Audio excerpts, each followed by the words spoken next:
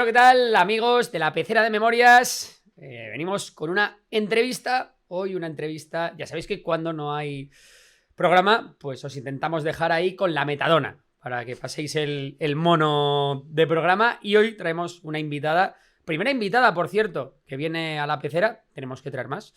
Experta en geopolítica y seguramente hayáis leído muchos textos escritos por ella porque también es redactora en El Orden Mundial. Alba Leiva, ¿qué tal? Pues muy bien, muy contenta de estar aquí, la verdad. Encantada de venir. Pues nosotros mucho más encantados de que estés aquí con nosotros.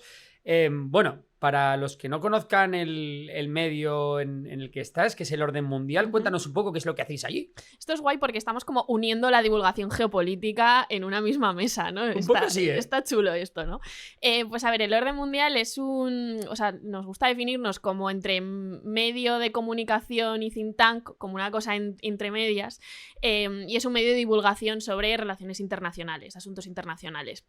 Y bueno, pues tenemos tanto la web donde tenemos artículos, tenemos nuestros maravillosos mapas e infografías que la verdad mucha gente nos conoce por eso, y tenemos varios podcasts y uno en el que yo participo mucho y que bueno ha ganado un premio Ondas, vengo aquí a fardar, aquí a fardar, No es el fin del mundo, y ahí pues todas las semanas hagamos un episodio sobre temas internacionales, geopolíticos, variaditos, un poco de todo. Fue hace poco el premio Ondas, ¿no? Eso es, premio Ondas a mejor podcast conversacional de este año. Así que pues muy contentos. Ahí lo tenéis. Sí. Lo tenéis puesto ahí, supongo, en la oficina. Hombre, no paramos de fardar. Bueno, nos lo tienen que dar porque de momento nos hemos comprado, porque es como un caballo alado, ¿no? Pues nos hemos comprado un unicornio del bazar, así como de plástico malo, para decorar el estudio y decir, chicos, tenemos un Ondas, pero no lo tenemos todavía. Mientras llega, está bien esto. Sí. Y vuestro medio de divulgación es vuestra web, entiendo. Sí, en general todo. O sea, nace como un blog, luego se profesionaliza en 2017, si no me equivoco, yo entré más tarde.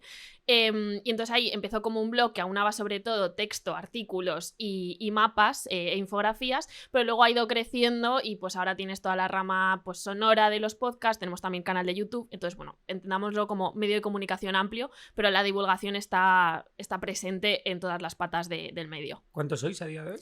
Pues a día de hoy, a nivel interno, somos 14, si no me falla la memoria, y luego sí que tenemos una red de colaboradores bastante extensa de gente que pues trabaja en otras cosas pero le gusta lo internacional o es experto en ciertas áreas y escribe artículos de vez en cuando. Bueno, pues ya sabéis, al que quiera suscribirse al Orden Mundial, pues en la web puedo hacerlo. Yo soy suscriptor ya desde hace... Ahora ya 3 o 4 años que soy suscriptor. Así que nada, recibo me gusta mucho, por cierto, ya para dar feedback positivo, la newsletter que mandáis. Sí, el Blitz. Eso es. Sí, eso se encarga David Gómez, que es el mejor, y sí llega todos los miércoles una newsletter ahí de análisis de como noticias de la semana de temas de internacional. Efectivamente, creo que tenéis también un documental, ¿puede ser? Un documental. Televisión española. Ah, sí, hicimos eso es Geópolis. Tenemos sí, era como un programa de televisión, formato documental, estilo reportaje más bien, pero sí, como diferente, no sabría muy bien cómo definirlo. Entonces eran varios episodios de podcast sobre temas de cultura pop y su relación con la geopolítica. Pues por ejemplo, la geopolítica de Star Wars, eso fue un episodio que hicimos. Y luego había, creo que... Se ríe por ahí David, que está, porque él siempre dice, nos gusta a nosotros también mucho Star Wars, y siempre nos dice, tenemos que hablar más de Star Wars en la Pecera. En EON mis compañeros son bastante frikis de Star Wars y es todo la geopolítica del Imperio, de Darth Vader, de los Jedi, como pues, depende de cómo puedas leerlos, porque puedes leerlos de estos monjes que hacen el bien o puedes leerlos como unos monjes que hacen el mal o que son un poco chungos también, ¿no? Sí, entonces puede ser un curioso. Poco la Guardia Revolucionaria Islámica también, justo, ¿sabes? Justo. Puede ser un poco Al-Qaeda si te pones también, ¿no? Un poco así. Entonces, eso, Geópolis tiene también 4 o 5, ahora no recuerdo bien, pero creo que 4 episodios que son programa de televisión. Y sí, eso se sacó en la 2 y en RTV Play creo que hace 2 años ya, año y pico, sí. Vale, y estoy viendo que tenéis un poco de beef con la Liga. Ah, sí, bueno. Hay lío, ¿no? Hay bastante lío porque, es que esto es una vergüenza porque la Liga nos está bloqueando la web. Porque tenemos, o sea, el Orden Mundial, la web está alojada, pues como con todas las webs en un servidor, ¿no? Y entonces la Liga dice que ese servidor se está usando para, pues ese servicio se está usando para retransmitir, pues piratear los contenidos de la liga, ¿no? Pues los partidos de fútbol, un Alavés Valencia, pues eso cuando hay liga se piratea, y entonces la liga, en vez de ir a quien está haciendo, bueno, a quien está pirateando o está, pues sí, mostrando ese contenido de manera ilegal, dice, bueno, pues capo todo el servidor, lo ataco todo, y entonces pues se nos lleva por delante a nosotros, a la RAE y a pues la persona que tenga una floristería, por ejemplo, online y que tenga ahí su pequeño negocio. Entonces, claro, es un atentado contra los derechos digitales, la libertad digital, básicamente, y sí, tenemos una pelea bastante importante porque, pues bueno, en nuestros momentos de máxima actividad, por ejemplo, el fin de semana, que es cuando mucha gente se pasa ahí a leernos, pues no puede acceder a la web. Y entonces ahí perdemos pues tanto lectores, perdemos suscriptores, también, daña la imagen de nuestro medio sin que nosotros estemos haciendo nada. Así que sí, es una vergüenza lo que está haciendo la liga. Un poco matar moscas a cañonazos. Sí, pero y además desde una condescendencia que también molesta mucho, ¿no? No, es que esto lo que decía Tebas, no, es que hemos recibido quejas de 4 frikis. A ver, 4 frikis no, estás bloqueando buena parte de internet y de un acceso a web que no tiene nada que ver con ese uso fraudulento de la retransmisión de partidos, ¿no? Y que frikis o no, oye, que no te pueden detener tu negocio así como así. Justo, porque sobre todo que esto depende, pues, nuestro negocio, pero también el negocio de otras muchas personas, así que es un problema. Bueno, pues ahí queda eso, asignatura pendiente para la liga. Sí. Por favor, esta gente se dedica a divulgar. Y bueno, en general lo que tú dices es un poco contra los derechos más elementales. O sea, no sé cuál sería un poco, no sé si has pensado tú en ello, en el ejemplo llevado al mundo no digital, pero un símil así que pueda ser, pero...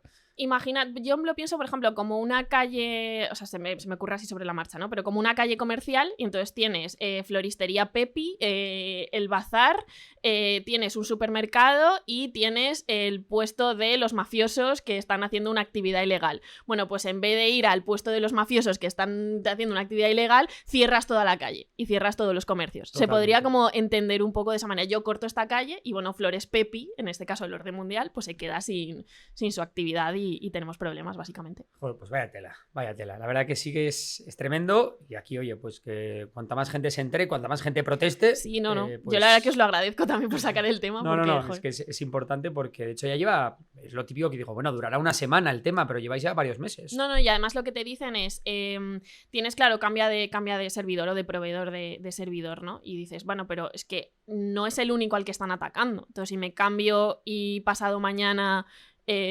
atacas a ese en el que estoy, ¿qué pasa? Porque hay una serie de empresarios, en este caso la liga, que tiene, se supone que más capacidad de actuación frente a otros negocios o otras empresas, bueno, o otros dominios digitales, ¿no? ¿Por qué tenemos que aguantar esto? Totalmente. Bueno, yendo más un poco a la parte personal, personalmente, valga la redundancia, ¿qué parte, bueno, sabemos que eres experta en geopolítica, pero ¿qué parte estás más dedicada? ¿Qué región del mundo? ¿Qué conflicto es el que más te gusta o más interesante de estudiar para ti? Pues yo es que tengo una visión, esta es una pregunta que me hacen mucho, de ¿estás especializada en una región? Y a veces me hace sentir un poco impostora porque digo, ¡buah, ojalá!, ¿no? Pero en realidad como... O sea, yo estudié Relaciones Internacionales, luego me especialicé en Geopolítica o más análisis geopolítico, y luego me podría haber especializado en alguna región, pero en el fondo, como me he terminado dedicando más a la divulgación, pues hago una vista muy general, ¿no?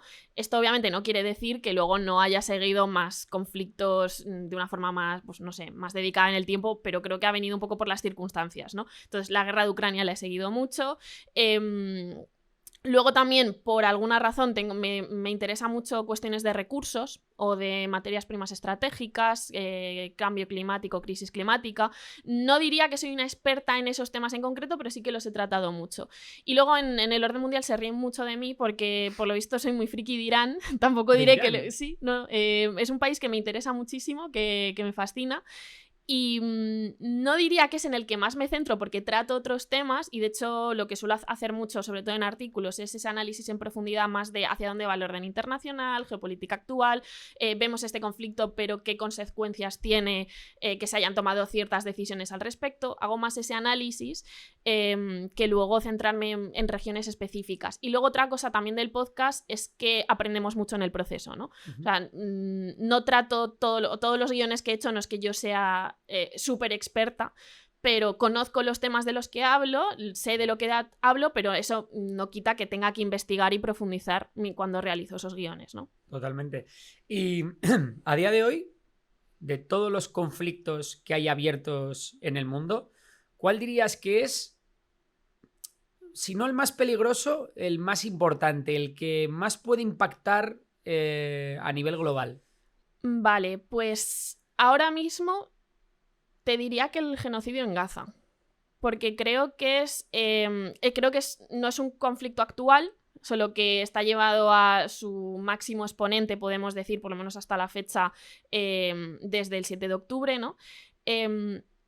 Y porque creo que ya muestra el deterioro, muestra un fracaso de un conflicto que no se ha sabido resolver o que todos los intentos de resolverlo no han llegado a buen puerto, que tiene unas claras raíces históricas muy complejas y que se ha ido enquistando cada vez más hasta llegar al horror que estamos viendo ahora, y que también habla mucho de, bueno, de pues, doble rasero, de ciertos intereses pues por ejemplo, cómo afronta Europa el genocidio en Gaza contra cómo afronta, por ejemplo, la guerra de Ucrania. Eso le lleva a enfrentarse a unas contradicciones que son tan evidentes e indignan tanto, que también deterioran mucho nuestro sistema internacional actual, ¿no? Entonces me parece que los horrores que estamos viendo en Gaza nos habla mucho de la hipocresía occidental en su conjunto, pero también de los riesgos a los que nos enfrentamos si no actuamos contra este tipo de crímenes, ¿no? Si dejamos pasar un genocidio así, hacia dónde va nuestro orden internacional, ¿no? Y de nuevo, no es algo que se haya deteriorado solo con este conflicto, pero me parece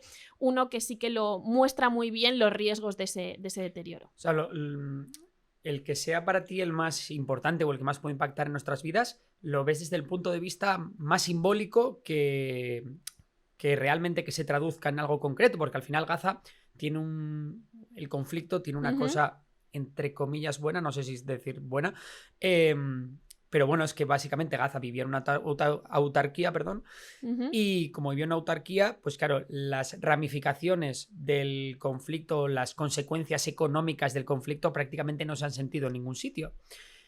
Entonces, partiendo de eso, sí que la importancia que tiene es el de, vale, cómo responden los diferentes actores geopolíticos o las diferentes potencias hacia lo que está pasando y el precedente que puede crear. Eso es. También me parece muy interesante el debate que planteas, ¿no? De, al final, supongo que hay distintas maneras de medir el impacto. Si hablamos a nivel de impacto, pues sí, podemos hablar de cuestiones económicas, y en el caso del conflicto en Gaza tenemos, pues a lo mejor más la cuestión comercial con los ataques a Bab al-Mandeb, ¿no? A ese estrecho que corta o, pues sí, reduce, pone en crisis el comercio global, obligando a desviar ciertos barcos y pues no puedes atravesar el Mar Rojo y el Canal de Suez, y entonces ahí te genera un foco de tensión porque, bueno, hay una red de actores como pueden ser los hutíes que apoyan o que critican los ataques de Israel a Gaza, y entonces utilizan eso como forma de presión, ¿no? Este famoso eje de la resistencia iraní. Eso podría ser como la consecuencia económica, geopolítica tangible que nos puede llegar más evidente, y ni siquiera nos ha llegado tanto porque, bueno, la han sabido contrarrestar, ¿no? Evidentemente hay otros conflictos que creo que han tenido unas consecuencias tangibles mucho más claras, y el caso tal vez más reciente es la guerra de Ucrania, y tenemos pues todo el ejemplo de la crisis energética, de cómo se para todo ese suministro de gas ruso y pone a Europa en una situación de escasez y de crisis de, vale, ¿y ahora cuál es nuestra estrategia energética, subida de precios, etcétera, ¿no? Y eso sí, es importante, es una forma de medirlo, pero creo que la cuestión de Gaza nos lleva más allá y nos habla de esos valores compartidos. Y creo que también nos ayuda a pensar que la geopolítica no es solo lo territorial, lo tangible, lo energético, los recursos y las armas, ¿no? Sino que también va de valores, también va de ideas, también va de cómo entendemos que es la paz o cómo queremos que sea el mundo al que vamos, ¿no? Y cómo se construye. Entonces creo que precisamente porque tal vez no tiene esas ramificaciones económicas o geopolíticas tan claras, no nos impacta de una forma más directa, parece que es más fácil mirar hacia otro lado. Pero ahí de nuevo yo creo que están los riesgos, ¿no? Y ese sentar precedente de lo barato que sale pues provocar un genocidio, creo que es muy preocupante para el mundo al que vamos. ¿Quiere decir que vamos a tener una guerra todos mañana? No.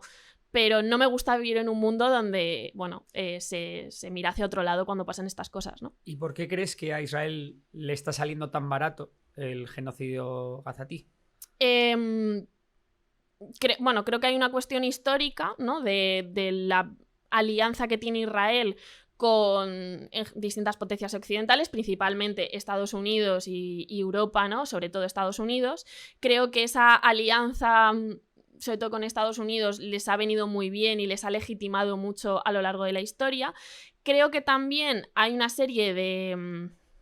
Pues esa falta de impacto económico sobre otros países, sobre otras partes del globo, que hace que sea más fácil mirar hacia otro lado. Entonces dice, bueno, tengo más margen de actuación porque si mis acciones llevasen a, bueno, pues una crisis económica de otro tipo, una crisis energética, ya me vería más constreñido para hacer lo que hago, ¿no? Entonces creo que es, por un lado, una legitimación de ese proyecto del sionismo que se lleva dando décadas, y por otro, que bueno, que parece un conflicto que está muy acotado y que ya también el imaginario internacional hemos aceptado como inevitable casi, ¿no? Como, bueno, esto es lo que lleva pasando tantas décadas, es irresoluble, no pasa nada. Y no, esto, ¿qué pasa con ello, no? Tenemos que seguir mirando ahí. Sin embargo, la falta de acción política se contrasta mucho con lo mediático del conflicto. Uh-huh. Hemos visto como cualquier cosa que ocurre en otro punto del mundo, pues a la gente no le importa.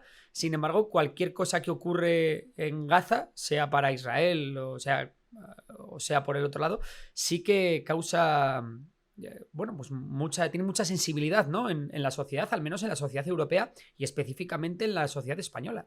Yo creo que sí, eso es interesante también, y creo que aquí lo podemos ver como círculos de interés, ¿no? En el fondo, cuanto más cercano te sea un conflicto o un evento internacional, más atención le vas a prestar. Eso creo que funciona por un lado. Y sí, Gaza está lejos, pero no está tan lejos. O sea, no deja de ser ese ámbito mediterráneo, Oriente Próximo, que se percibe como algo cercano, relativamente cercano. Tal vez no tan cercano como Ucrania, ¿no? Donde además creo que existe una identificación de son europeos. Entonces hay una lógica ahí que hace que pues ciertas personas tengan más sensibilidad hacia ese conflicto, pero creo que Gaza o Palestina, la cuestión árabe-israelí, siempre ha generado mucho interés, por lo menos en Europa, porque se ve dentro de ese ratio de actuación que pilla cerca, ¿no? Que es nuestro interés geopolítico.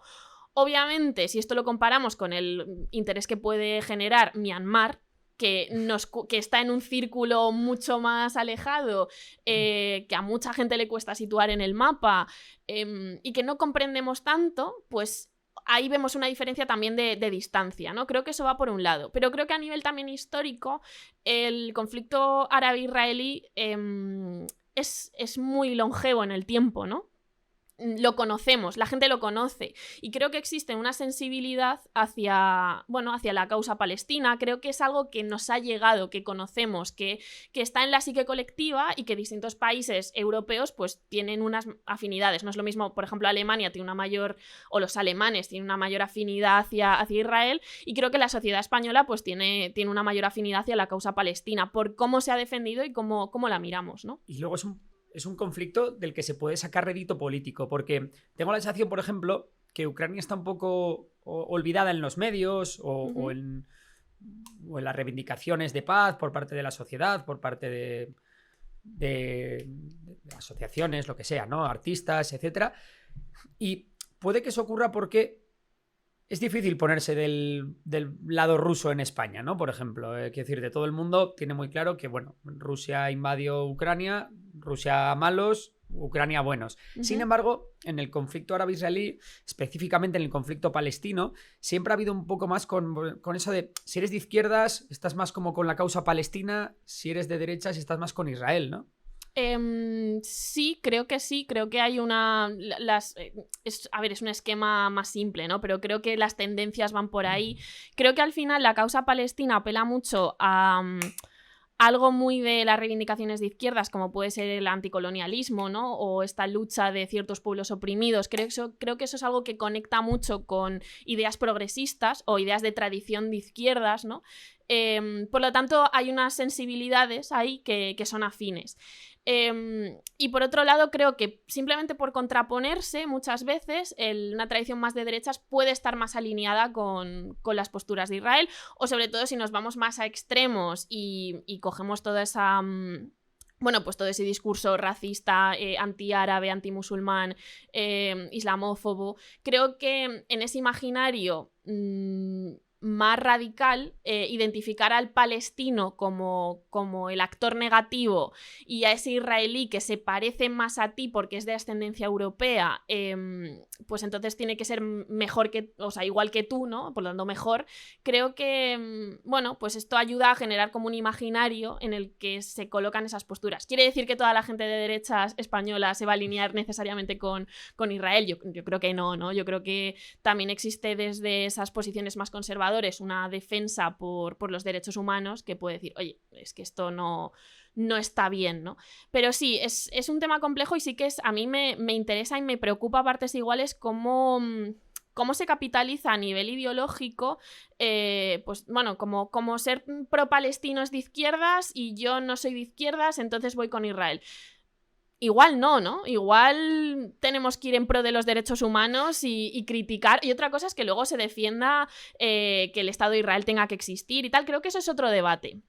Pero ya simplemente decir, oye, es que aquí se están cometiendo crímenes, esto tiene todas las de ser un genocidio, creo que eso nos tendría que unir más, ¿no? Tendríamos que estar de acuerdo en eso. Estoy de acuerdo, completamente de acuerdo, pero es verdad que sí, yo a veces sí que detecto esa política de bloques que muchas veces no compras como el ideario concreto y si eres de izquierdas en España, todo lo que tenga que ver, todo lo que esté un poco de fondo Estados Unidos no me gusta.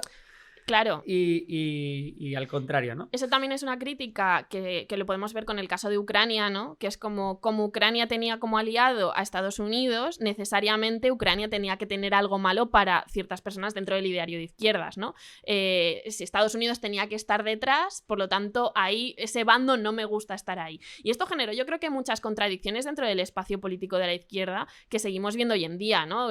Que costaba apoyar a Ucrania. Decían, bueno, claro, es que aquí, pues Rusia, bueno, tiene cierto derecho, porque claro, porque Estados Unidos, la culpa es de Estados Unidos.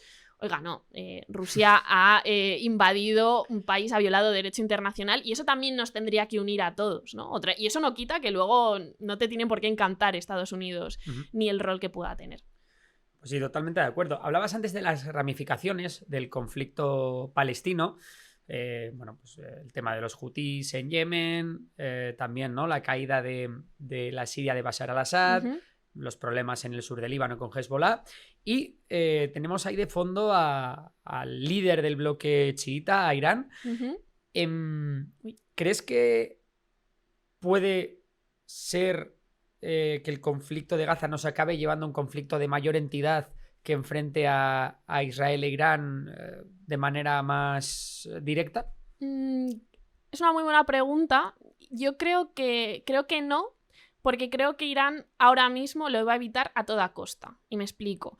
Sí que creo que Israel a largo plazo o medio largo plazo puede estar en sus planes el hecho de debilitar a Irán, atacarlo, no sé si de forma directa, pero sí ejerciendo cada vez más presión.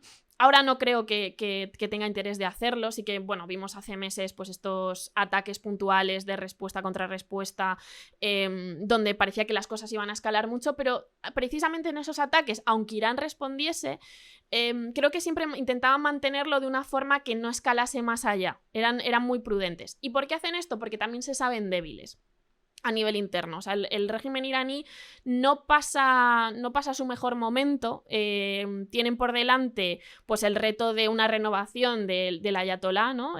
Porque se sabe que Jamenei es muy mayor, igual aguanta unos años el hombre, pero no está al todo lo vivaracho que podría estar, ¿no? Entonces esa cuestión sucesoria es un reto para Irán. También vienen de unos años muy complicados, con muchísimas protestas, con un descontento interno que han parado a base de una gran represión, pero eso ya te muestra que la sociedad hay un descontento latente que tienen que esforzarse mucho por controlar. Y por otra parte tienen a todos los actores ahora mismo en contra, ¿no? Tienen a Donald Trump, que es especialmente agresivo para con Irán, aparte a base de, bueno, ahora dice que quiere retomar ese acuerdo nuclear, ¿no? Pero saben que está en una posición de debilidad. Ven a una Israel, que es su gran enemigo a nivel en Oriente Próximo, que está muy crecido. Entonces creo que a Irán ahora mismo le interesa mantener un perfil bajo. Y simplemente por eso, por esa voluntad de mantener un perfil bajo, creo que no va a haber, van a hacer todos los esfuerzos posibles para que no haya un conflicto directo. Y al mismo tiempo, creo que Israel tampoco le interesa que nada más cerrar la cuestión en Gaza, o bueno, que todavía le queda a ver hacia dónde va eso, y creo que es algo que va para largo, por desgracia. Creo que no le interesa ir directamente a atacar Irán. Con todas, ¿no? O sea, otra cosa es que veamos ataques puntuales y una presión y unos bombardeos específicos y ese mantener esa tensión a nivel armamentístico en los próximos meses o en los próximos años. Eso sí me creo que pase. Pero algo que escale a un conflicto a mayores, creo que es más difícil. Tampoco sé las capacidades a día de hoy sin ninguno de los dos, ni Irán ni Israel. Quizás para Irán sea más fácil por el tamaño de Israel, pero no creo que para Israel, que tiene muchos medios militares, pero no lo suficientes como para doblegar a un país con tanta distancia, ¿no? No, de hecho yo creo que les interesa más una presión hacia el régimen de los ayatolás, que algo que les haga más débiles, ¿no? Que pierdan cada vez más capacidad, pues una cierta tal vez injerencia interna, como ya hemos visto, ¿no? Y que, pues bueno, pues que el régimen colapse a nivel interno, pero no necesariamente con un conflicto directo. Sí, no obstante, hay dos cosas que a mí me hacen ser menos optimista. Estoy un poco alineado con lo que estás contando, pero hay dos temas que me hacen dudar. El primero es si igual el régimen iraní, buscando tapar el conflicto interno, busca el enemigo externo, ¿no? Y puede comenzar una escalada con Israel. Y por otro lado, por parte de Israel, se le acaba el tiempo en cuanto al programa nuclear iraní. Sí. Y yo a veces pienso que Israel no va a dejar a Irán obtener armamento nuclear, y por lo que vemos, o por lo que sabemos, mejor dicho, Irán ya está muy, muy, muy cerquita, por lo tanto empieza a Netanyahu a sonar el reloj. Sí, o sea, estoy de acuerdo con esos dos riesgos. El primero, yo sí que creo que Irán, o sea, puede que pase, puede que hagan ese cálculo y digan, bueno, pues simplemente para pues eso, para camuflar nuestros problemas internos, nos metemos en un conflicto a gran escala o lo favorecemos para generar un sentimiento nacional más fuerte y derivar recursos, ¿no? Pero creo que ahora mismo no es el cálculo más inteligente por su parte, y creo que no es el cálculo que están haciendo. Más que nada por cómo las decisiones que han ido tomando en el último año, ¿no? Pues mantener ese perfil bajo. Por parte de Israel, sí, obviamente la cuestión de las capacidades nucleares de Irán, eso es una cuestión existencial para ellos. Ya con el acuerdo nuclear ya pusieron muchas trabas para que se firmase, pero al mismo tiempo a la vez favorecieron que luego Irán siguiese, bueno, pues enriqueciendo uranio, ¿no? Entonces a Israel también le interesan más cosas a nivel de la capacidad y la fortaleza que puede tener Irán más allá de la cuestión nuclear. Pero desde luego la cuestión nuclear es importante. Y yo creo que ahí va a ser muy interesante ver cómo evolucionan esos principios de negociación que está planteando Trump, ¿no? De recuperar ese acuerdo nuclear, cómo se llega a la mesa. Pero lo que me parece interesante es que Irán llega a este momento en una situación de debilidad. Y creo que eso interesa tanto a Estados Unidos como a Israel. ¿Hacia dónde van a llevar a Irán o qué decisiones le forzarán a tomar? Pues creo que ahora mismo Irán tiene más las de perder, ¿no? Y creo que eso dificulta sus proyectos de, bueno, pues de enriquecer uranio hasta el nivel en el que ya esté cerca del armamento nuclear, a riesgo de comerse más sanciones internacionales o una acción más agresiva contra ellos. Entonces creo que van a ser muy cuidadosos. ¿Esto quiere decir que vayan a renunciar a ese proyecto? Para nada. Y ahí es donde creo que vamos a seguir viendo esas tensiones. En cualquier caso, de estallar un conflicto entre Irán e Israel, ese sí que afectaría a todo el mundo, ¿no? Sí, creo que sería un conflicto a gran escala ya en Oriente Próximo, ya sería un conflicto, ya estamos viendo un conflicto regional en realidad, lo que pasa es que está más esparcido, no son actores tan enteros, ¿no? Yo creo que este sería ya un conflicto regional a gran escala con consecuencias más importantes, ¿no? Y que involucraría directamente a muchos actores y bueno, podría derivar en consecuencias más cruentas. Y también, bueno, pues afectar a toda esa red de comercio global, de petróleo, etcétera, Ahora iba ¿no? un poco porque Irán tiene muy fácil bloquear el estrecho de Hormuz, Sí. por donde pasa creo que es 20% del petróleo mundial y del gas. Y claro, también estaría estrangulando indirectamente las economías de Arabia Saudí, de Emiratos, de Qatar, de Kuwait, de Irak. Claro, sí, ahí ya involucras a todo el resto de actores regionales que no son precisamente todos ellos favorables a Irán, a que se lo digan a Arabia Saudí, ni mucho menos. Y luego también involucras también a actores globales que se ven perjudicados porque se bloquean esos flujos de petróleo, bien porque Irán los bloquee de forma activa, que evidentemente tiene esa herramienta, como que el propio conflicto pues te afecte a la producción de petróleo, ¿no? O sea, eso puede pasar. Pero, entonces, claro, creo que precisamente por los riesgos que atañe un conflicto de esta magnitud, un conflicto entre Irán e Israel, lo veo menos probable. Ahora bien, igual la historia me contradice y es el próximo melón que tenemos que abordar en los próximos años. Espero que no. Pero creo que pocos actores están verdaderamente interesados en eso. Creo que el que va a ejercer más presión y el que va a jugar con la tensión al máximo va a ser Israel, a presionar a Irán al máximo, pero no tengo claro que estalle un conflicto simplemente por esa respuesta. Bueno, y esperemos que no pase nada. Ya solo pensar en lo que tendríamos que trabajar tú y yo. Sí, total. Bueno, ¿qué te iba a decir yo? Un país que ha dado mucho que hablar en el último año y que está por ahí es Siria. Siria, sí. ¿Cómo ves el papel de Siria en Oriente Medio a día de hoy? ¿Y cómo ves el nuevo gobierno de Ahmad al-Shara? Bueno, es interesantísimo lo que ha pasado, bueno, aparte de yo creo que un momento histórico, es interesantísimo lo que ha pasado en los últimos meses con Siria, ¿no? Veníamos de una guerra de más de una década, completamente estancada, y de un día para otro, precisamente por ese cambio de fuerzas a nivel regional, pues ahí vemos cómo cae el régimen de Bashar al-Assad y de repente Siria avanza hacia una transición y hacia un nuevo gobierno. Sobre cómo veo el nuevo gobierno, que tiene pues todo este pasado yihadista, se ha criticado mucho y tal, creo que tenemos que estar muy atentos. Creo que de momento también están intentando mantener, no sé si un perfil bajo, pero un perfil moderado, ¿no? Para favorecer esa reconstrucción del país, para que, bueno, pues ya creo que Arabia Saudí, no sé si... Creo que Emiratos Árabes o Qatar, ¿no? Ahora mismo no estoy segura, pero han pagado la deuda de Siria con el Banco Mundial, entonces pueden recibir nuevos préstamos. Vemos a Trump reunirse con el presidente sirio y ver y alabarle, ¿no? Entonces creo que están haciendo toda una política exterior de presentarse como moderados, amigables, un país en reconstrucción. Incluso liberales. Incluso liberales, ¿no? Ojo. Se habla como de este yihadismo moderado, yihadismo liberal.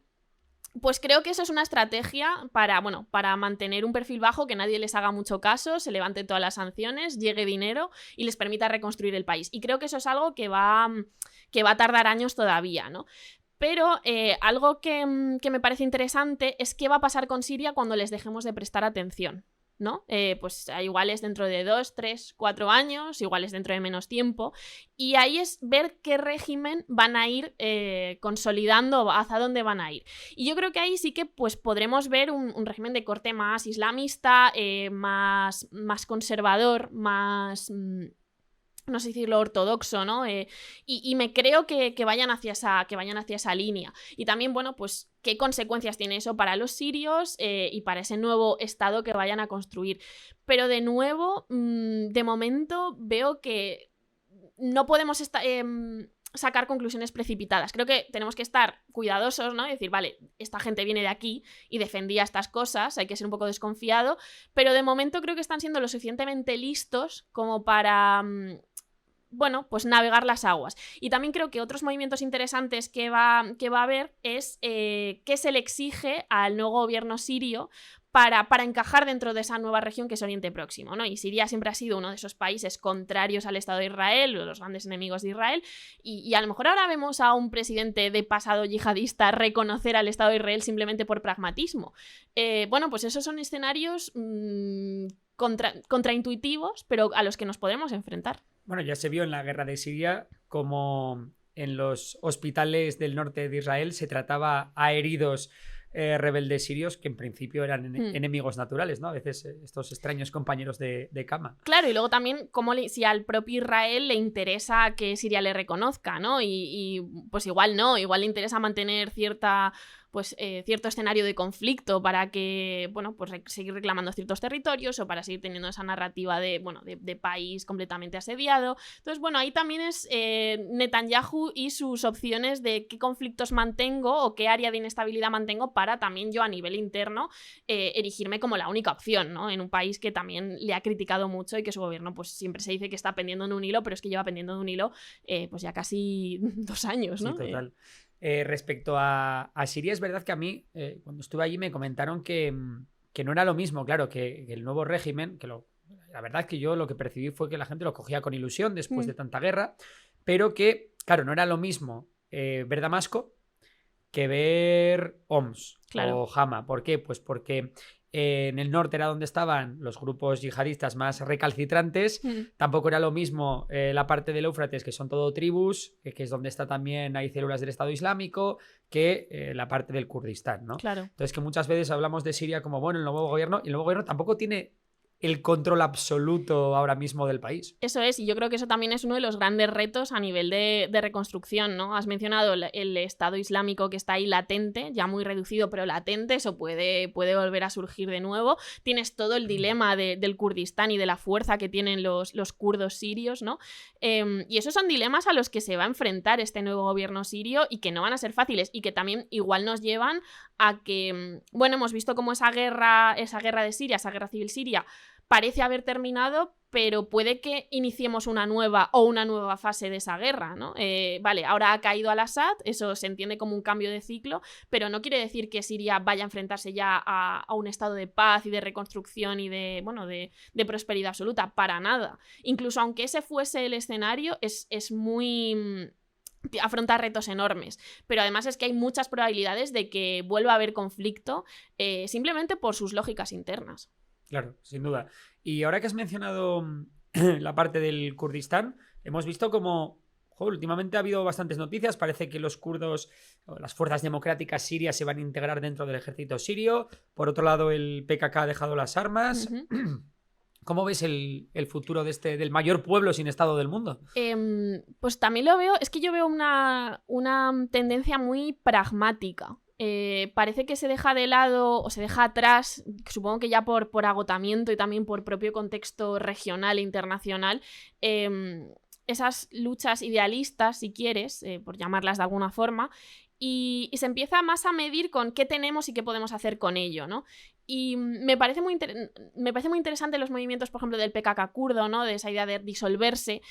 Creo que va a ser interesante ver hacia dónde va eso, qué nuevos tipos de conflictividad, si es que la hay, puede alimentar esto, ¿no? Porque igual hay facciones que dicen, no, es que nosotros no queremos disolvernos, no queremos renunciar a esta lucha. Igual hay facciones más pragmáticas y un simple agotamiento de la población que decimos, mira, exploremos otras vías y lleguemos a otros acuerdos. También está, en el caso de Turquía, hasta dónde van a ser capaces de llevar a Erdogan para que se siente y acepte, pues lo que sea, cierta autonomía o cierta, soberanía kurda, porque creo que eso es algo que están en posiciones muy, muy alejadas todavía. Entonces sí, desde luego es interesante ver cómo parece que estos actores asumen esa debilidad que tienen y exploran otras vías. No tengo claro, porque la verdad esta respuesta es no lo sé, hacia dónde va a ir. O sea, me tiene bastante intrigado. Luego también hay que ver el papel de Turquía en todo esto, ¿no? Un papel que hasta ahora parece, pues, es el neotomanismo, sí, del que se habla, porque vemos a Erdogan también con bastantes problemas internos, con una crisis económica bastante acentuada en los últimos años, con un montón de inflación, con una islamización progresiva del país y muy enfocada en escenarios pues como la propia Siria, como Libia o como el Cáucaso, prestando apoyo a Azerbaiyán. Y no sé, cómo es un poco también la oveja negra de la OTAN, parece, ¿no? Sí. Turquía, que va un poco por libre en lo que a política exterior respecta. ¿Tú crees que tiene vamos a decir, su hueco en los próximos años Turquía? Sí, a mí me parece fascinante los movimientos de Turquía y sobre todo de Erdogan en los últimos años a nivel de política exterior. Me parece que tiene una estrategia muy clara de priorizar la política exterior para bueno, afianzarse a nivel interno, ¿no? Proyectarse como un actor fuerte de cara para afuera, pero también con un reflejo hacia adentro. Y además esto va muy unido con esta estrategia que tú decías del neotomanismo, de una deriva más autoritaria. Bueno, hemos visto cómo ha perseguido a su principal opositor. Entonces, la deriva interna de Turquía es muy preocupante. Eso no quita que luego tenga grandes inestabilidades, pero sí que creo que Erdogan se está posicionando como un hombre fuerte, difícil de sacar del poder. Se está trincherando mucho en el poder. Y luego a nivel de estrategia de política exterior, creo que Turquía ya tenía un hueco antes, creo que ahora lo ha reforzado. Por un lado, se está planteando o posicionando como mediador en conflictos clave, como además desde el día 1, como puede ser la guerra de Ucrania. Creo que también tiene una... Hay leches a día de hoy, por Sí. ser mediador. Sí, Está todo el mundo queriendo mediando. mediar, pero al mismo tiempo creo que eso le da una postura muy interesante, ¿no? A nivel de proyección de poder o de imagen exterior. Creo que también está proyectando mucho poder a nivel regional, que lo vemos con el caso de Siria, pero también cómo hace equilibrio esa cuestión de Israel, su rol en la OTAN.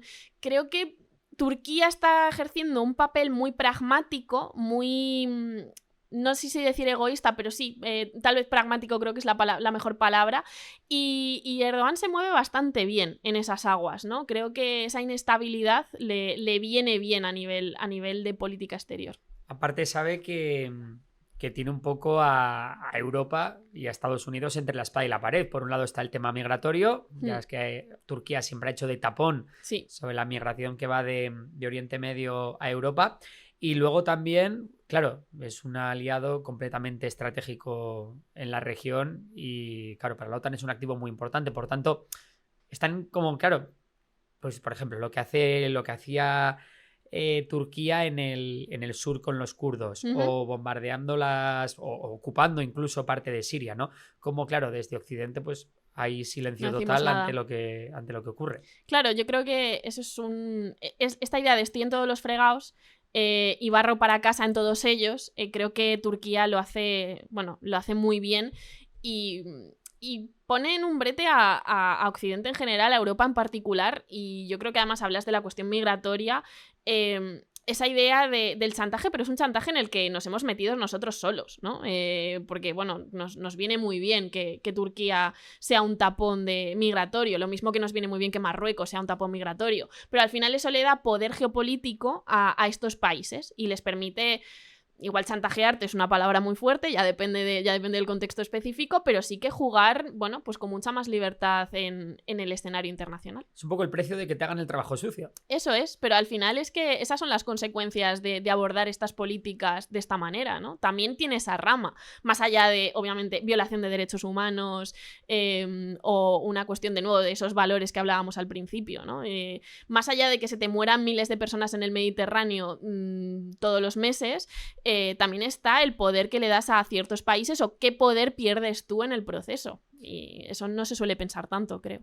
Te iba a decir que nos íbamos a meter un poco más al norte, a la esfera de influencia rusa, pero me has dicho lo de Marruecos. Ay. Y me ha interesado un poco este tema. Lo primero, España y Marruecos. Sí. ¿Están condenados a entenderse o están condenados a no entenderse? Están condenados a ver, claro, a entenderse. Sí, creo que están condenados a entenderse, ¿no? Por lo menos a relacionarse. Es uno de nuestros vecinos más importantes. Tenemos una relación histórica y presente muy, muy complicada, y creo que va a seguir siendo complicada porque compartimos frontera, existe una dinámica además de pues, todos estos flujos migratorios, una cuestión económica, hay de todo, como energética, si queremos, hay muchas dimensiones en la relación con Marruecos y eso nos va a llevar a tener que sentarnos a la mesa y seguir hablando de forma constante. Pero sí que creo que también podemos ser muy críticos con cómo ha actuado España para con Marruecos, o, de nuevo, qué cesión de poder se le ha dado a Marruecos en los últimos años, ¿no? Por no hablar toda la cuestión también del Sáhara Occidental, del cambio de postura de los últimos años. Entonces, creo que se ha favorecido una lógica, bueno, se ha favorecido las posturas marroquíes, por ejemplo, en la cuestión del Sáhara. Y eso también tenemos que pensar en qué lugar nos coloca a nosotros, ¿no? Lo mismo que con las políticas migratorias. En qué lugar a nivel, si quieres, moral, te coloca que utilices a tu vecino del sur como tapón migratorio porque no quieres gestionar eso. Pues es problemático. Y esto es España, pero también es Europa, ¿no? Lo que pasa es que España es la relación más directa, evidentemente. Es quien hace de puerta. Eso es.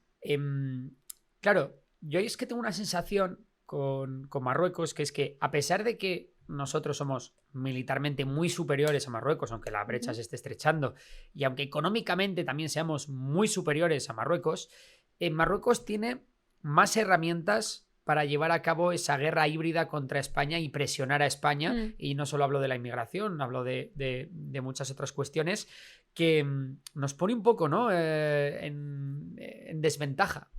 Yo creo que no sé si es en desventaja o que se ha actuado de forma poco inteligente. O sea, creo que sí que Marruecos tiene unas fortalezas que utiliza contra España, pero al mismo tiempo, tal vez es que les hemos dejado hacerlo, ¿no? Quiero decir, ha sido una decisión consciente de política exterior por parte de España. Porque, o sea, si ellos tienen la capacidad de chantajear con la política migratoria es porque les dejamos, porque nos interesa que ejerzan de tapón, ¿no?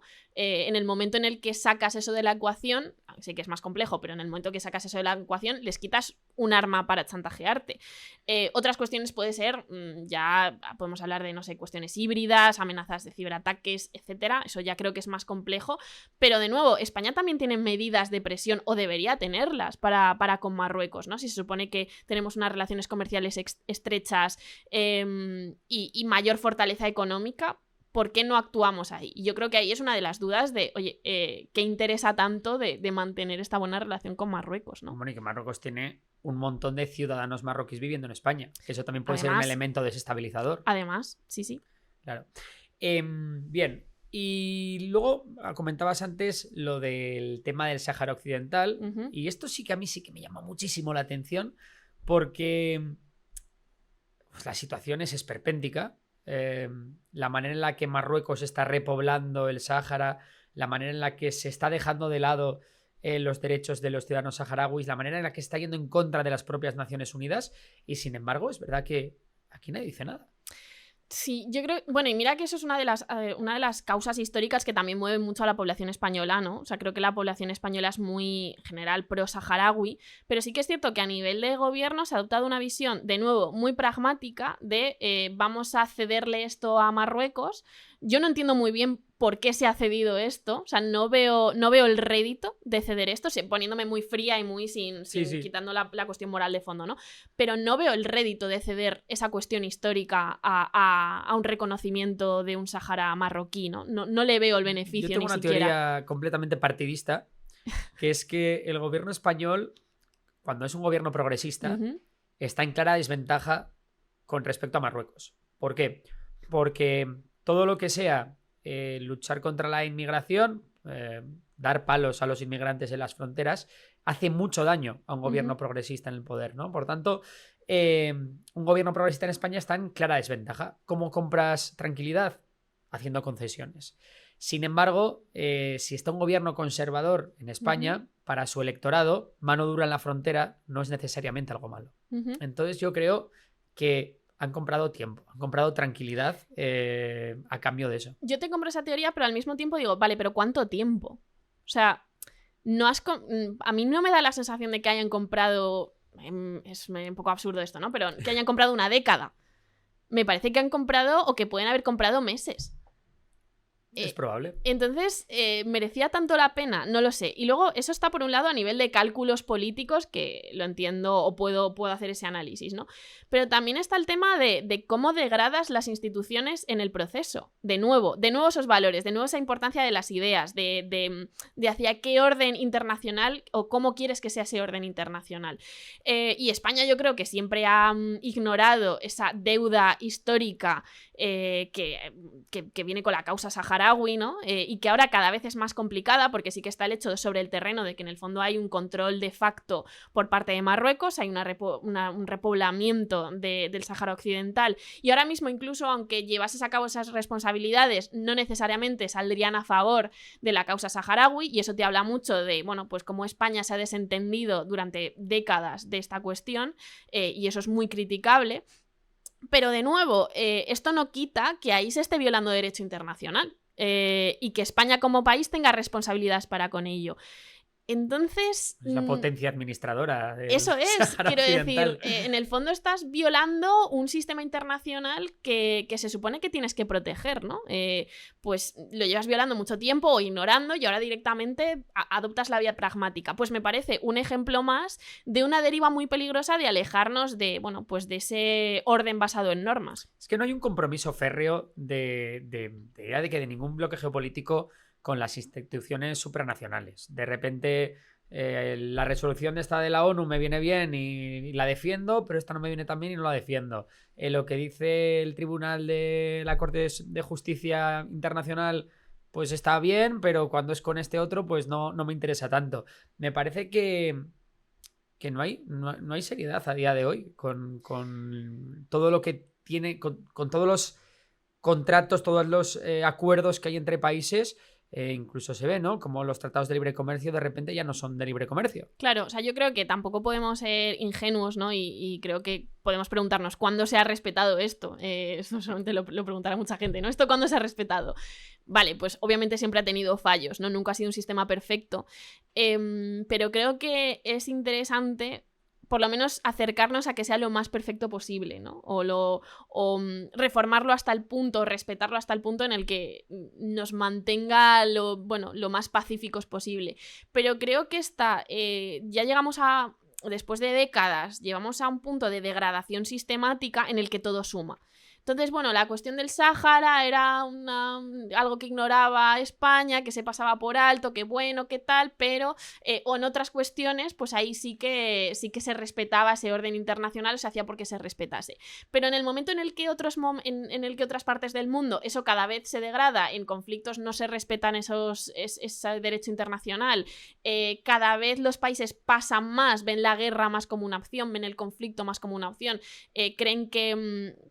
salirse de acuerdos, violar ciertas formas de hacer las cosas en relaciones internacionales está cada vez más permitido, pues ahí ya estos conflictos vemos cómo se ha ido haciendo esa bola de nieve, ¿no? Entonces también tenemos que prestarles atención y criticarlos. Lo llevamos haciendo décadas, pero es que ahora tal vez es incluso más relevante, porque también que ese sistema internacional se degrade permite que cosas que tal vez no estaban todo lo mejor que podían estar o incluso estaban mal, ahora puedan estar incluso peor, ¿no? Ahora se puedan dar pasos no a un estancamiento de no se soluciona nada, sino de directamente se empeora o se favorece a una parte. ¿Dirías que hubo algún punto de inflexión que nos llevó a esto? Un punto de inflexión que nos llevó a esto. Igual todos íbamos a mejor hacia una mayor integración internacional, hacia una mayor concordia en el mundo y que en algún momento nos hemos desviado. Creo que o sea, no lo sé con exactitud, porque claro, aquí podríamos establecer esto en cualquier momento, pero sí que creo que para mí es la guerra contra el terror. Creo que ese momento posguerra fría en el que Estados Unidos se queda sin su enemigo principal y se le caen un poco los esquemas y se viene arribísima.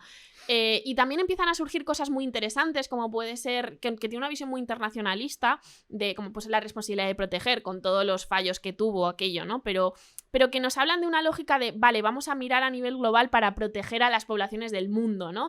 Para ejercer un rol de policía y hacer respetar este orden internacional.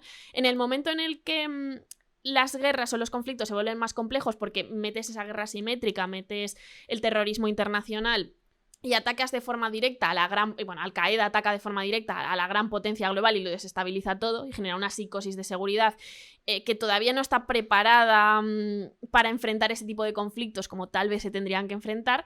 Ahí yo creo que empieza a estallar todo. Y creo que la guerra de Irak es ese momento en el que Estados Unidos ya está pues pasado de vueltas, ¿no? Y entonces ya dice, porque Afganistán, con todos sus errores, evidentemente, y todas las críticas que le podemos hacer, siguió ciertas lógicas de derecho internacional, ¿no? Hubo, bueno, pues el Consejo de Seguridad dice Artículo 5 de la OTAN. Artículo 5, tal, esto se puede hacer. Te damos legitimidad para hacerlo. En el momento en el que Bush dice a Irak con todo, porque me apetece un poco a mí, ¿no? Porque ya estoy en una lógica completamente desfasada de guerra contra el terror y ahora pues ya me llevo a Saddam Hussein por delante. Creo que en ese momento es cuando las cosas empiezan a torcer y donde ya vemos un cambio de época, que creo que luego se le suman otras cosas, ¿no? También me parece muy, muy relevante que, por ejemplo, Europa no hiciese nada cuando Rusia invade Crimea. Creo que ese es otro punto que también nos explica mucho por qué estamos donde estamos hoy en la guerra de Ucrania.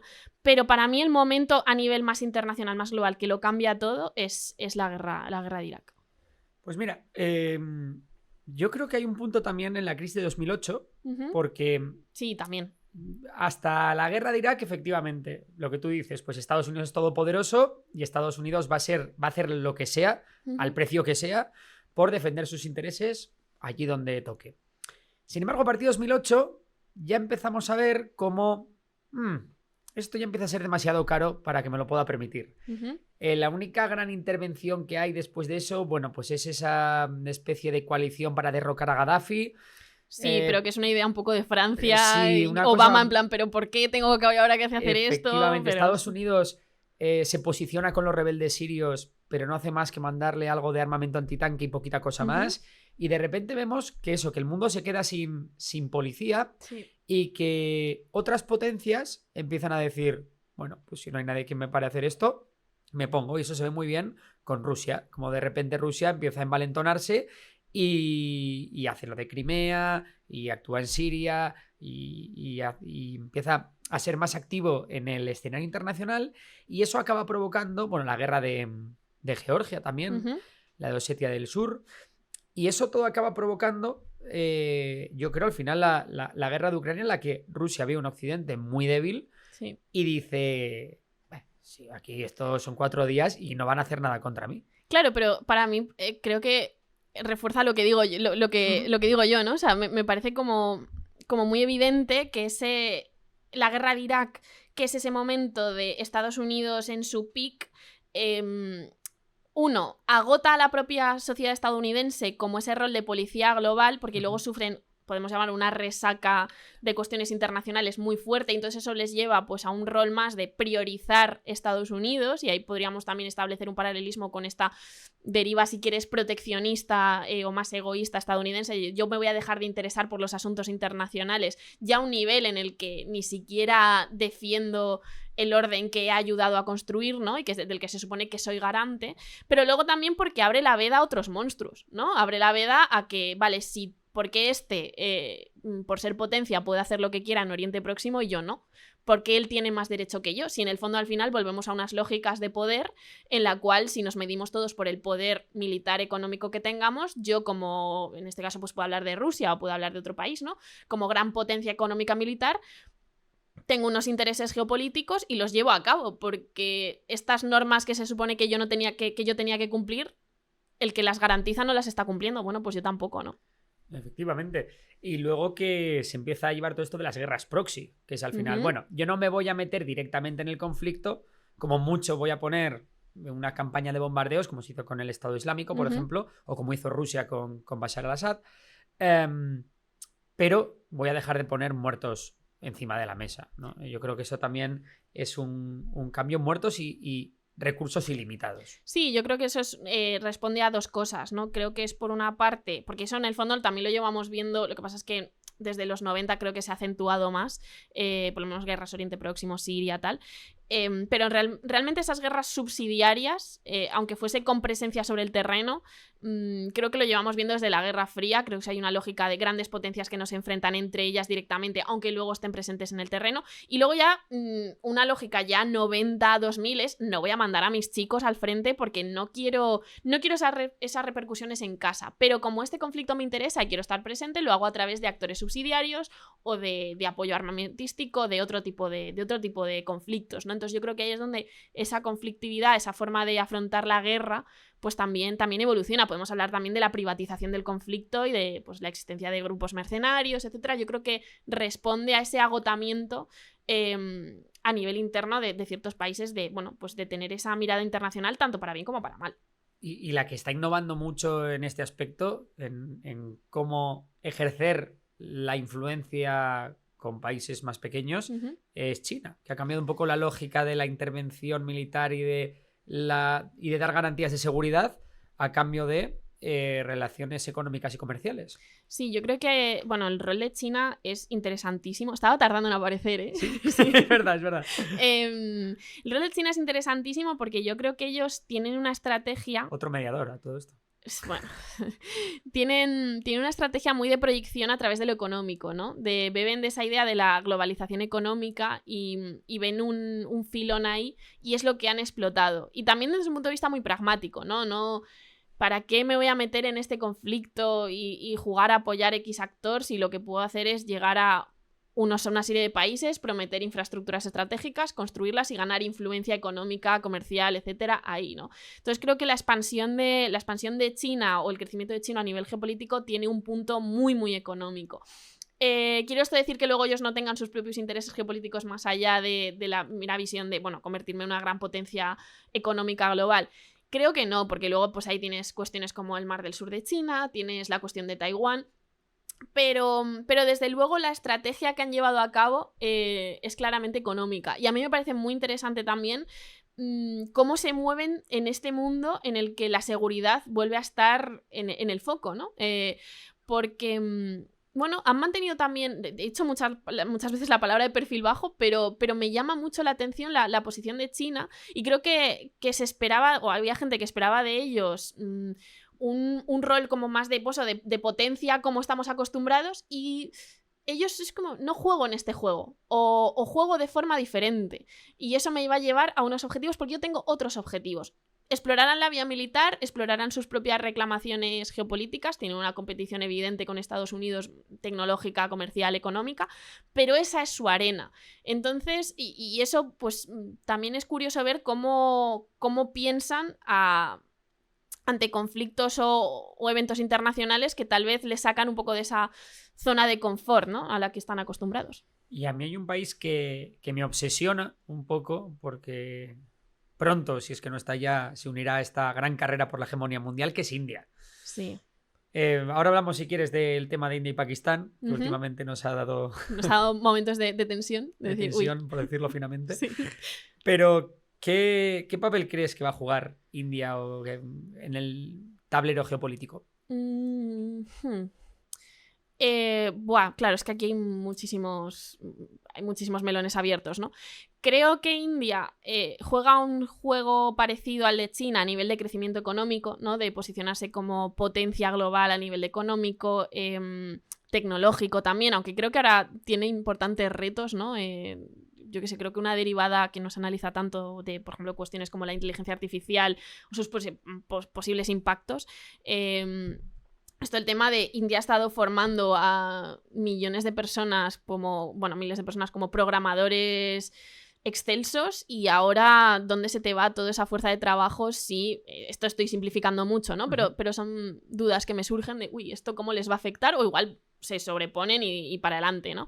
Pero sí, creo que India ejerce un rol de competencia regional a nivel de Asia con China, una relación muy compleja pero también muy interesante. Creo que también luego tiene su propia derivada de política interna y de cómo vemos pues ese también proceso de ir de caminar hacia un país más autoritario, ¿no? De la mano de Narendra Modi, ese hipernacionalismo hindú, ¿no? Y cómo a nivel interno, cómo eso va a articular también la propia política de la India, que se conoce por ser una de las grandes democracias asiáticas, la mayor democracia del mundo, ¿no? Creo que luego está toda la cuestión con Pakistán, que hemos tenido un sustillo estas semanas, que en realidad también viene de lejos, pero eso no quita que sea un conflicto con además un elemento nuclear al que, bueno, pues es muy preocupante, ¿no? Y si... Yo creo que es el más peligroso del mundo ahora mismo. Sí, son dos potencias yo creo que muy inestables, que tienen capacidad nuclear. se consiguen relajar, pero todo el mundo se tensa y con razón cada vez que bueno, pues que se miran, ¿no? Y que empiezan a pegarse un poquillo. Y que hay un odio entre ambas poblaciones que no somos capaces ni de entender en Occidente. Eso es. Entonces creo que es uno de esos puntos que tendemos a ignorar, pero que, bueno, cuando vemos estos puntos de tensión momentáneos nos recuerda y decimos, uy, qué melón hay aquí, ¿no? Y luego también yo creo que está la proyección de China hacia de India hacia el exterior como... Bueno, como actor que sigue su propio camino, que tiene sus propios intereses, pero que también ejerce de contrapeso a China, ¿no? Muchas veces se posiciona como alternativa, como la alternativa amable para, bueno, pues para atraer inversión, para atraer capacidad económica, también a cuestión de seguridad, todas esas alianzas de seguridad que hay en el Índico, que hay en el Pacífico, ¿no? Entonces creo que es un país que, de nuevo, como Turquía, estas famosas potencias medias, pero ya como muy hinchadas, que se mueve muy bien y que va cambiando leyendo bien el escenario geopolítico y posicionándose para obtener el mayor rédito posible. Creo que va hacia ahí. Y poco a poco, además, a nivel de potencial económico, ya simplemente es interesantísimo el crecimiento de India.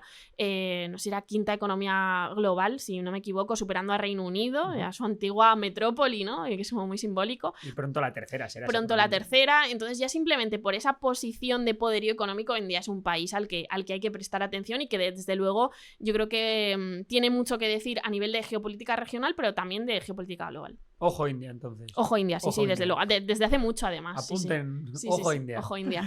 Nos lo dice Alba. Vale. Otra cosita que yo quería comentar. Me gustaría que nos queda todavía abrir el melón de Ucrania y Rusia. Ostras, ¿qué países quedan? No, quería hablar un poco de la Unión Europea. ¿Y cómo crees que puede encajar también los problemas de competitividad, pero a la vez hoy es el sitio en el que hay una vida más desarrollada, más próspera, más democrática, más igualitaria, etcétera? Y de igual manera que me gustaría tu opinión sobre Europa, también un poco de cómo encaja España en la Unión Europea, ¿cómo lo ves?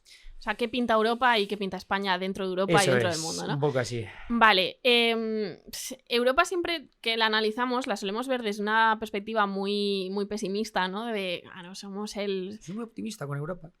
Claro, pero es esta idea de, no, claro, porque entre esta lucha entre potencias, Europa, siempre es pues el jamón del sándwich y siempre estamos fatal, y además es que encima somos 27 países, no somos una unidad, porque no tenemos tanta capacidad de actuación. El jamón del sándwich. Somos el jamón del sándwich de...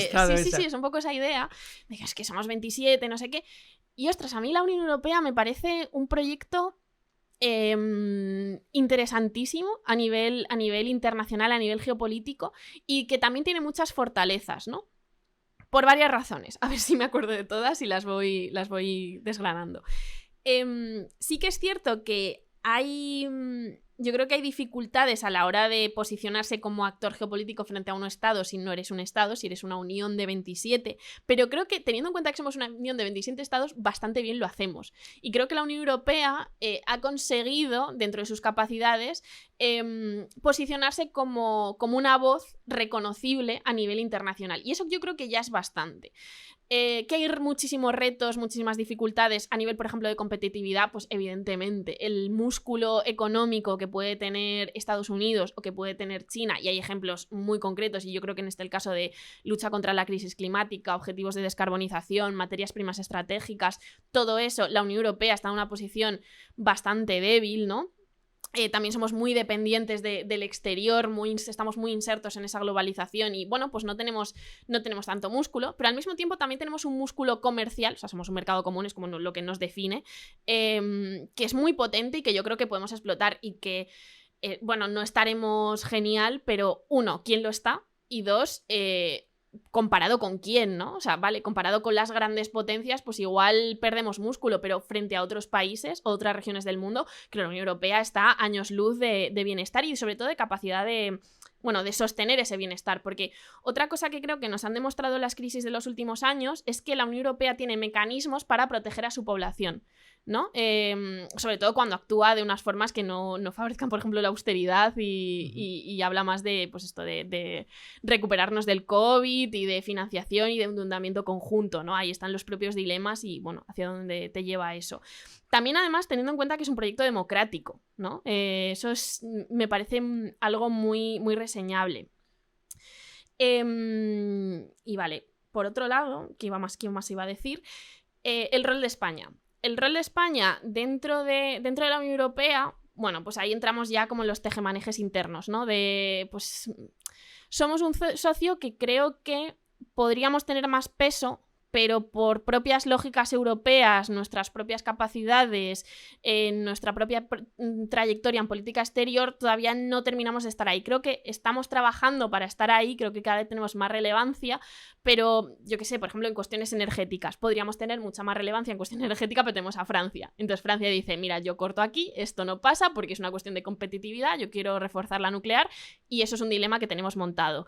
España a nivel geopolítica interna siempre se le define, bueno, geopolítica o su rol geopolítico se le define mucho como cruce de caminos, ¿no? Como un lugar de paso, una conexión entre un océano y un mar, entre dos continentes, entre distintas culturas, si quieres. Y creo que eso es algo que poco a poco empezamos a explorar, o que llevamos explorando un tiempo, pero bueno, que obviamente tiene sus limitaciones. Pero creo que este análisis también lo podemos hacer con otros países europeos. Creo que también es muy relevante ver el deterioro del eje franco-alemán, no tanto por parte de Francia, pero sí por parte de Alemania. A mí me parece muy preocupante ese deterioro alemán. No es algo positivo para el conjunto de la Unión, porque podemos decir, bien, a los alemanes les va fatal, qué guay, ¿no?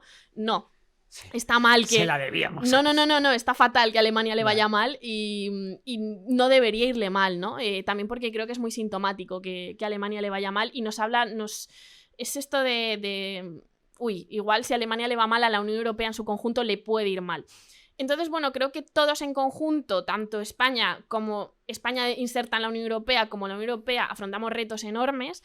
Creo que en unos no tenemos la fuerza suficiente para, bueno, pues para salir muy bien parados, pero en otros creo que sí. Y sobre todo porque hemos demostrado o la Unión Europea ha demostrado que tiene capacidad para responder a las crisis, aunque simplemente sea como un paraguas de protección, de endeudamiento común, tirar de lo que se tiene y proteger a tu población. Oye, me parece bastante, la verdad. A mí me llama la atención que cada vez es más flexible la Unión Europea. Uno, que cada vez sus instituciones, las instituciones europeas, son más reconocidas y tienen más voz y peso en la política. Y luego, por otro lado, eso, que cada vez los países europeos son capaces de dar respuestas a problemas de manera más ágil. Sí. Y eso creo que es un activo que con el paso de los años va a venir muy bien para que efectivamente la Unión Europea tenga una sola voz en Europa, siempre y cuando, oye, pues superemos esos riesgos que trae el euroescepticismo o que trae el avance de la ultraderecha, ¿no?, en el continente. También está el tema de los debates o grandísimos debates ya de propia concepción de la Unión Europea que tenemos por delante, ¿no? O sea, simplemente el hecho de cómo afrontamos la defensa, que es un tema que se ha esquivado durante mucho tiempo porque estaba la cuestión de la OTAN, ¿no? Entonces estamos en esta alianza, o muchos de nuestros países están en esta alianza, por lo tanto la seguridad la podemos dejar un poco de lado. Como somos un mercado común, prestamos más atención a las cuestiones económicas, luego más políticas, y ahora ya se abre por fin el melón defensivo. Y es un melón que yo creo que va mucho ya a una cuestión existencial de la propia Unión Europea y que plantea unos debates interesantísimos por un lado, pero muy difíciles por otro, ¿no? Y de soberanía también. Claro, es que es muy... ya es ir más allá de la propia concepción de Estado, de pues esto de teoría de relaciones internacionales, el monopolio de la violencia, ciencia política, todo esto, pero es que estos son los debates que están sobre la mesa sobre el futuro de Europa, ¿no? Entonces, bueno, tiempos complicados, pero también fascinantes. Un futuro de Europa que está muy condicionado por lo que tenemos al este. Hemos llegado. No, antes de nada decir que es verdad que ahora parece que es como que los países pequeños en Europa están tirando del carro porque, bueno, Reino Unido se ha ido, pero en el caso de que estuviese, pues no van las cosas muy bien por allí. Francia está un poco estancada en crecimiento, con grandes tensiones sociales. Tenemos, obviamente, ¿no?, a Alemania pues prácticamente ya sin crecimiento. De hecho, Ujú. ahí coqueteando con la recesión. Y ahora mismo quien está tirando del carro pues es los países mediterráneos Ujú. y los países del este de Europa, que Sí. es una cosa bastante curiosa con lo que tradicionalmente ha sido la Unión Europea. Y también habla mucho de lo reforzado que está el proyecto europeo. Quiero decir, la Unión Europea o sus países no tienen por qué estar muy bien, pero la idea de que Europa es la solución o es el proyecto por el que hay que apostar, yo creo bueno, que está muy asentado y que también llama la atención, pues que venimos de hace una década de cuestiones como el Brexit, ¿no? De un euroescepticismo muy, muy exacerbado, también muy derivado, bueno, pues de cómo afrontó la Unión Europea la crisis de 2008, la crisis del euro. Entonces, Esa fue- evidentemente, que hayan también sido capaces de revertir esa situación, pues también te habla mucho de que ese proyecto pues, es sostenible en el tiempo, cuando hubo un momento en el que había mucha gente que era euroescéptica y podríamos decir casi incluso que con razón, ¿no? Esto que no me lo digan tal cual, ¿no? Pero era un sentimiento que podíamos entender si se veía a Europa como como una institución alejada de la población que te imponía medidas de austeridad y poco más, ¿no? Y ahora yo creo que no. Ahora ya creo que ya hay una visión de, vale, Europa me puede proteger, ¿no? O ser parte estar dentro de Europa es mejor que no estar. Y yo creo que eso también se demuestra mucho por la deriva de las visiones euroescépticas, ¿no? Pues Hungría, Polonia, euroescépticos clásicos siguen siendo problemáticos, pero ya no quieren salirse de la Unión Europea, quieren reformarla. Y entonces ahí también está la pugna interna de qué proyecto europeo termina imponiéndose, ¿no? Pero ya no es destruir Europa, es qué Europa quiero. Y ahí está el debate. Ya simplemente que exista eso, yo creo que es positivo. Sí, también creo que hay mucho afán por de esa idea que hablabas tú de Europa me puede defender, pero veo que sí que falta voluntad de defender a Europa. Sí. ¿No? Que a veces, muchas veces, eso es como que, ostras, yo echo de menos que se defienda el proyecto europeo con más vehemencia, con más como lo que es el proyecto político más exitoso de la historia de la humanidad, al final, porque países que se han estado matando durante siglos, que de repente se conviertan en aliados, que unan fronteras, que tengan una moneda común, que se presenten de la mano ante el mundo, que cooperen, en fin, me parece un tema que merece la pena defender. Sí, además que, porque bueno, aquí vendo un poco como, no mi libro, pero mi reportaje. Hace unos meses sacamos un reportaje en EOM sobre fronteras más desiguales dentro de la Unión Europea, ¿no? Pues países que tienen ahí unas fronteras muy desiguales a nivel económico. Y era muy interesante, nos fuimos de viaje ahí por varios países, y era muy interesante, por ejemplo, frontera Eslovenia-Austria, y decir, claro, es que estoy atravesando lo que aquí antes era puro telón de acero. Aquí moría gente por cruzar esto. Esto también ha sido Viena, o todos estos territorios han sido escenario de conflicto desde Primera Guerra Mundial, Segunda Guerra Mundial, obviamente conflictos anteriores. Un territorio que cuando lo atraviesas se te hace muy, muy pequeño, muy accesible. Es cruzar de un lado a otro, no tardas nada. Y es curioso también alejar y decir, ostras, ¿cuánto han cambiado las cosas? Claro, yo no lo he visto, ¿no? Yo he crecido en esta Europa próspera y pacífica, pero cómo cambiaba todo mucho en unos pocos kilómetros. Entonces venimos de eso también, ¿no? Y también ese proyecto europeo bueno, pues también destacar lo importante que es o el logro que es que ya de por sí es una anomalía histórica interesante. Totalmente. Y bueno, decíamos que Europa se siente amenazada por lo que viene del este, después de lo que nadie se esperaba, que era la famosa invasión a Ucrania. Sí. Lo que nadie se esperaba, me refiero, no momentos antes de que ocurriera, sino, bueno, pues 3 años antes estaba el conflicto hibernado. No, y directamente yo creo que a muchos que nos pilló por sorpresa decir, no van a invadir Ucrania y no pasa nada, ahí nos equivocamos muchos, ¿no? Lo veíamos como algo muy lejano, de que no iba a pasar, que se llegaría bueno, pues a otro punto antes y pasó. Yo más el que no van a invadir, porque sí que había como muchos indicadores de que eso podía pasar, era el no van a aguantar. Es decir, en el momento